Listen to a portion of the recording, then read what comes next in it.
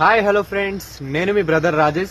Today I welcome you all to our channel, that is GR World. Okay friends, in this video we are going to know about the case called the State of Mysore versus MR Balaji. ఈ case గురించి మనం ఈ వీడియోలో discuss చేసుకోబోతున్నాం. ఓకేనా? State of Mysore ఒక order pass చేస్తుంది. ఆ ఆర్డర్ లో ఏముంటుందంటే ఎడ్యుకేషన్ ఇన్స్టిట్యూషన్స్ లలో 68% of seats are reserved for ఎస్సీస్, STs, backward and more backward classes. దాంతో పాటు వీళ్ళు బ్యాక్వర్డ్ క్లాసెస్ ని బ్యాక్వర్డ్ అండ్ మోర్ బ్యాక్వర్డ్ గా సబ్ క్లాసిఫై చేసిరు. And that is not mention under article 15 class 4.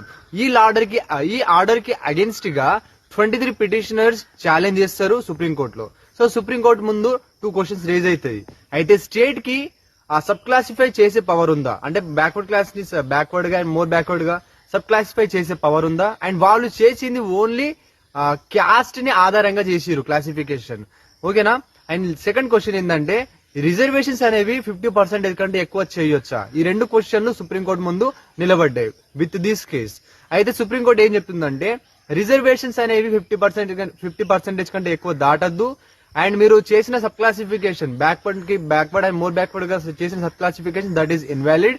And backwardness అనేది only criteria based కాకుండా poverty, education levels, economic status, place of residence, occupation including caste, వీటిని mind లో పెట్టుకుని ఒక person బ్యాక్వర్డా కాదా అనేది డిటర్మైన్ చేయాలి. ఓకేనా? While providing reservation they should be balance between reserved candidates and merit candidates. ఓకేనా? This is all about the supreme court judgement. Okay friends, మీకు కంప్లీట్ గా డీటెయిల్ గా కావాలంటే go and check our channel, that is GR World. అక్కడ video ఉంటుంది. Thank you friends.